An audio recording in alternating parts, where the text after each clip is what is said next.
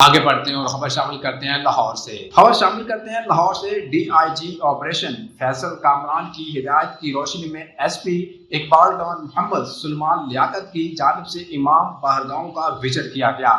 تفصیلات جانتے ہیں عدنان بشیر کھوکر کی اس رپورٹ میں۔ جی بالکل، اس وقت ہم موجود ہیں علامہ اقبال ٹاؤن وادت روڈ پر، اور D I G operation Faisal Kamran کی ہدایت کی روشنی میں S P Iqbal town Muhammad Salman Liaquat کی جانب سے مختلف امام بارگاہوں کا وزٹ کیا گیا۔ اس میں گلشن زہرا وادت روڈ اور کالی کوٹھی علامہ اقبال ٹاؤن شامل ہیں۔